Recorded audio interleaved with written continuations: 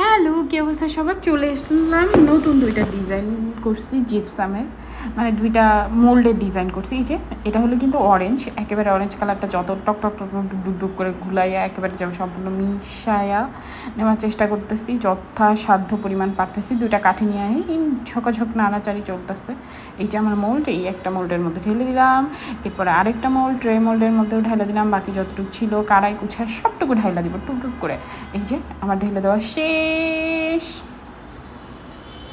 পরবর্তীতে ইস্যু হলো এই যে আমার ঢালাঢালির পালা শেষ।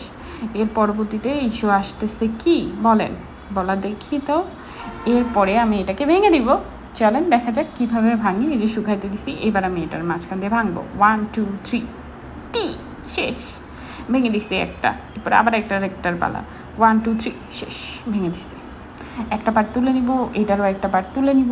এবার ইউজ করবো red colour. I love red.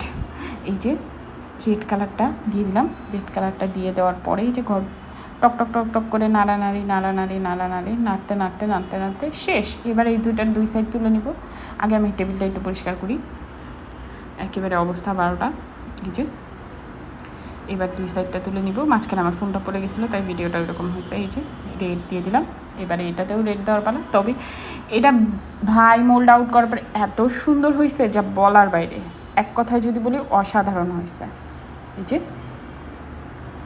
পরবর্তীতে এখন এটা শুকাইতে দেবো, শুকাই তুলবো। তবে আমার একটা জিপসাম একটু ভাঙে গেছে, ট্রে জিপসামটা এক সাইডে ভাঙছে। তারপরে অনেক সুন্দর লাগতেছে যেহেতু এটা। এই যে দ্যাট ইজ দ্য লুক। বাহ, কি একটা লুক আসছে, মানে কি যে সুন্দর হয়েছে এটা। মনে